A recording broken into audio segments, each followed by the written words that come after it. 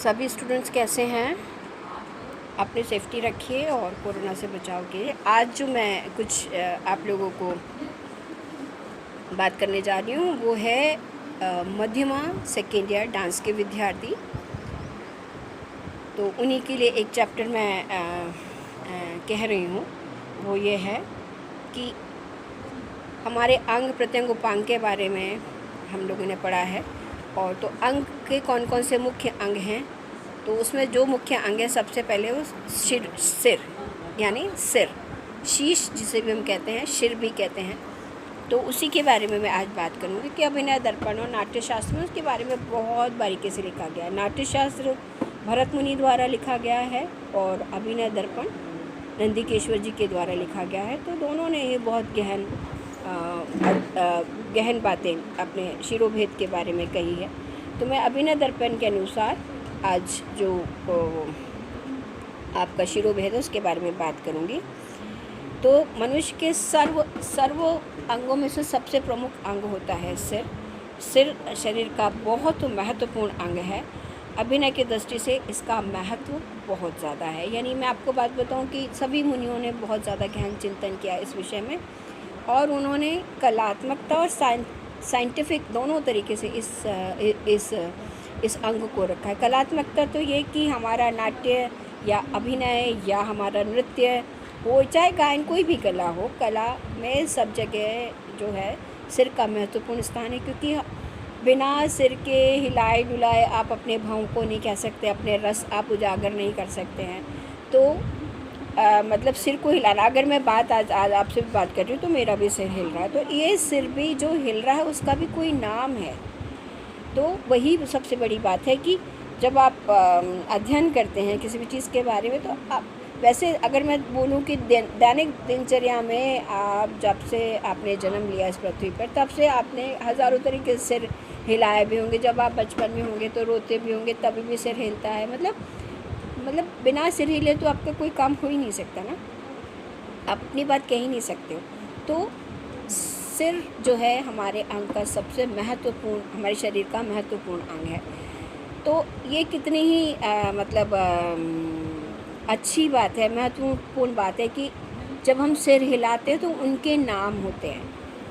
आप अनजान लोग तो शायद जानते भी नहीं होंगे, हज़ारों तरह से हिलाते हैं, पर उनको नहीं पता होता होगा कि सिर के भी नाम होते हैं। ये कितनी बड़ी बात है। तो हमारी ऋषि मुनियों ने कब से इनका नाम दे रखा है, कितना हमारे ग्रंथ कितने महत्वपूर्ण हैं और हमारे वेद कितने महत्वपूर्ण हैं। इन सब चीज़ों को आप अंदर से अगर फील करेंगे तो बहुत बड़ी बात है।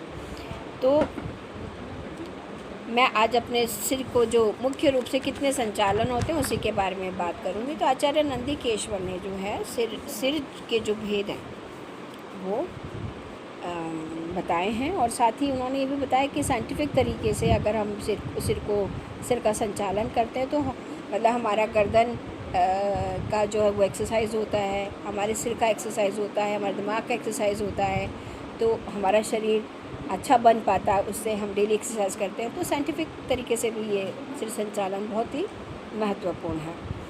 तो आचार्य नंदिकेश्वर ने जो है वो 9 प्रकार के सिर बताए हैं। तो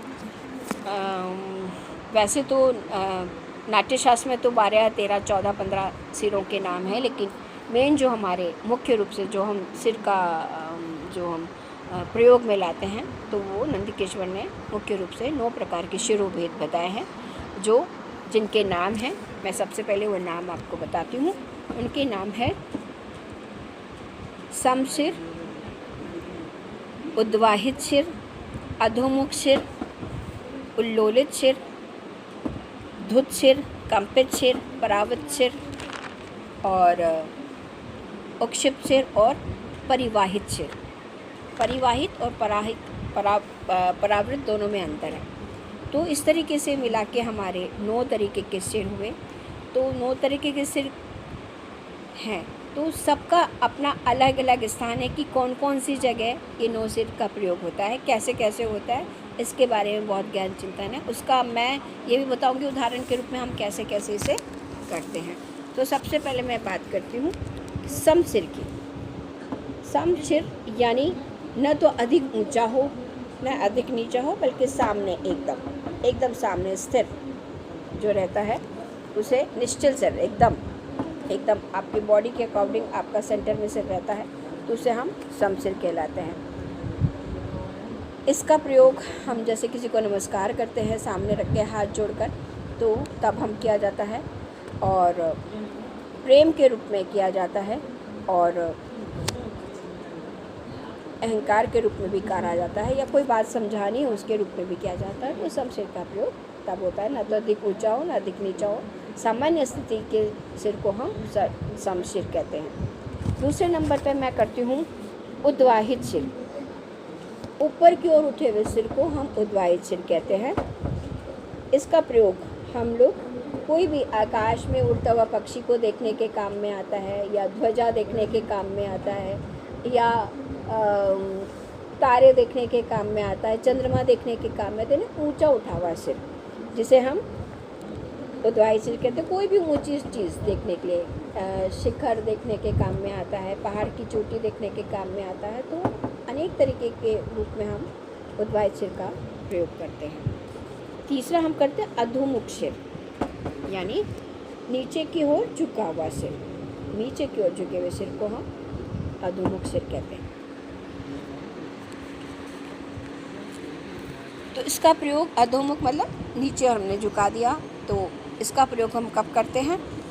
जब हमें बहुत या तो दुख होता है, या शर्म आती है, या किसी का हम अभिनंदन करते हैं, या चिंता में या मूर्छा में, या नीचे कोई वस्तु गिरी हुई है जिसको हमें उठाना है या बताना है कि देखो वो नीचे है, तभी हमारा सिर नीचे होता है, तो उसका प्रयोग हम तब करते हैं जबकि कोई चीज़ नीचे की ओर हम बता रहे हैं। तो हम बताते हैं कि वो देखो वो चीज़ वहाँ रखी हुई है, या कोई चीज़ हम गिर गई है, पिन गिर गई है, उसे हम उठा रहे हैं, तो हमारा सिर अपने आप ही स्वतः ही नीचे झुकता है, तो उसे हम अधोमुख सिर कहते हैं। आलोलित सिर यानी मंडलाकार गोलाई में घूमते हुए सिर को हम बताते हैं, हम गोलाई में घुमाते हैं उस सिर को, तो उसे हम आलोलित सिर कहते हैं। इसका प्रयोग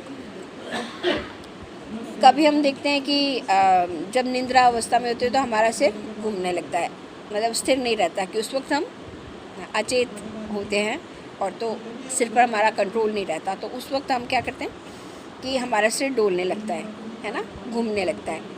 तो या फिर कभी आपने देखा होगा कि बहुत से लोगों को पिशाच बाधा, यानी बहुत से इस तरीके के जो कई बार आप देखते हैं कि तांत्रिक उसमें और उस सब में काम में आता है, या फिर शराबी होते हैं, मदिरा पान जो करता है उस इंसान का सिर स्थिर नहीं रहता, मूर्छा की अवस्था में भी इसका प्रयोग होता है, तो इसे हम आलोलित सिर बोलते हैं। धुत सिर बाएं से दाहिनी ओर या दाएं से बाईं ओर घूमता है, ऐसा हम कहते हैं, इसे हम धुत सिर कहते हैं, धुत सिर कहलाता है। इसका प्रयोग साइड में देखने के लिए काम में आता है, या इस साइड देखने के लिए काम में आता है कि जैसे अंदर वो चीज़ वहाँ रखी है, या वो आदमी जो सा हम इशारा करते हैं बताने के काम में आता है, और मना करने के काम में आता है। दूसरा कोई चीज़ कहते हैं कि नहीं ये मत करो, तो भी हमारा सिर्फ ऐसा ही होता है, या फिर निरुत्साहित करने के लिए नहीं तुमने ठीक नहीं किया ये काम, ऐसा कहने के लिए भी इसका प्रयोग होता है। और नेक्स्ट जो सिर आता है वो हमारा है कंपित सिर। ऊपर व नीचे चलता हुआ सिर कंपित सिर कहलाता है। ऊपर गया फिर नीचे आया, ऊपर गया फिर नीचे आया, दैट इज कंपित सिर। इसका प्रयोग क्रोध अवस्था में, जब आप बहुत ज़्यादा क्रोध में होते हो, तुमने ऐसा किया, ये किया, वो किया, बहुत ज़्यादा उसमें होता है, या कहते हैं अरे ठहरो रुको, ऐसा करने के काम में भी आता है। और कहते हैं क्या ऐसा हम करते हैं ना, क्या, तो उसके काम में भी आता है, या नज़दीक बुलाने के काम में आता है, इधर आओ ऐसा हम कहते हैं। तो जब आप देखोगे तो उसे हमारा गर्दन चलता है, इधर आओ, यहाँ आओ, ऐसा कहते हैं। या ईश्वर का आह्वान करने के काम में भी कंपित सिर का प्रयोग होता है। परावृत सिर, पीछे की ओर मुड़े हुए सिर को परावृत सिर कहते हैं। इसका प्रयोग पीछे, जैसे पीछे मुड़ गया है, हम पीछे देखते हैं, ऐसा करते हैं, तो वो परावृत्त सिर कहलाता है। इसका प्रयोग लज्जा या मुंह फेर लेना, जैसे कोई सामने खड़ा है, नहीं आप कोई रुष्ट है, नाराज़ है, तो आप उसकी तरफ देखेंगे नहीं, साइड में देखते हैं, तो उसके काम में भी आता है। या अगर पीछे से कोई चीज़ आपको लेनी है तभी आप पीछे देखेंगे। तो जैसे एक उदाहरण दूँ कि भगवान राम के पीछे तीर तरकश का एक वो होता है बॉक्स, तो उसमें से वो तीर निकालते हैं, तो क्या करेंगे, पीछे से मुड़ के फिर तीर निकाल के काम में करते हैं, या उसके काम में आता है। और या फिर ऐसे कहते हैं हाँ ठीक है, हाँ ठीक है, चले जाओ, ऐसा करना उसके काम में भी आता है, आज्ञा देने के काम में भी आता है। तो ये परावृत्त सिर हुआ। फिर हुआ उक्षिप्त, मतलब एक तरफ मुड़ा हुआ सिर, ऐसा बिल्कुल। अब आप एक तरफ ऐसा, आपकी गर्दन एक साइड में मुड़ी हुई है, तो आप खुद ही अंदाज़ा लगा सकते हैं कि ऐसा सिर कब काम आता है। जब आप कोई बहुत गहन चिंतन करते हो, सोचते हो, कोई बात में विचारधारा आ रही है कई बार, तो उसके रूप में काम में आता है। और ऐसा भी कहते हैं कि किसी की कहते हैं कि अच्छा ठीक है यार, चले जाओ, ऐसा आज्ञा देने के काम में भी आ जाता है कई बार कि हाँ ठीक है, हाँ कहने के काम में भी आता है। तो आप गर्दन आपकी साइड में मुड़ी होती है, तो ये उक्षिप्त सिर हुआ। परिवाहित सिर, परावृत्त और परिवाहित में अंतर है। परिवाहित सिर चंवर की तरह, चंवर होता है जब, अगर आपने देखा होगा अभी रामायण का दौर था तो राजाओं के दोनों तरफ दो दासियाँ या दो दास ऐसा करके पंखा झलते हैं, तो उसे बोलते हैं चंवर, जो एक वाइट तरीके का होता है और बहुत से ऐसे रुईदार बाल होते हैं उसमें, जिससे वो हवा करते हैं। या भगवान के कई बार आपने देखा होगा चंवर, तो उसे हम चंवर बोलते हैं। तो चंवर की तरह सिर ऐसा ऐसा ऐसा ऐसा ऐसा करते हैं, तो उसे हम परिवाहित सिर कहते हैं। इसका प्रयोग मोह बताने में, बिछोह करने में, अरे ऐसा हो गया, या बात करने में, देवताओं की स्तुति करने में, या गाना सुनने, गाने का आनंद लेने में जब करते हैं तो हमारी गर्दन चंवर की तरह हिलती है। तो ये मतलब परिवाहित सिर हुआ है। तो यही मैं बताना चाह रही थी। इस तरीके के 9 तरीके के मुख्य जो संचालन है सिर के, ये नंदिकेश्वर जी ने बताए हैं। और मतलब आप उसको अगर कभी ध्यान करेंगे, जब आप डांस के स्टूडेंट हैं, तो आपको ये सब याद होना बहुत ज़रूरी है। और क्योंकि सिर हमारा अंग, महत्वपूर्ण अंग है, तो ये सबसे ज़्यादा हमारे लिए इम्पॉर्टेंट है। तो आप इसके बारे में और गहन चिंतन करें। नाट्यशास्त्र में कुछ और भी लिखा हुआ है, तो उसके बारे में गहन चिंतन करें, तो ये आपके लिए बहुत ही अच्छा रहेगा। और चूँकि आप नृत्य के विद्यार्थी, तो आपको तो ये अत्यंत आवश्यक है, इनके बारे में आप जानकारी पूर्णतः रखें।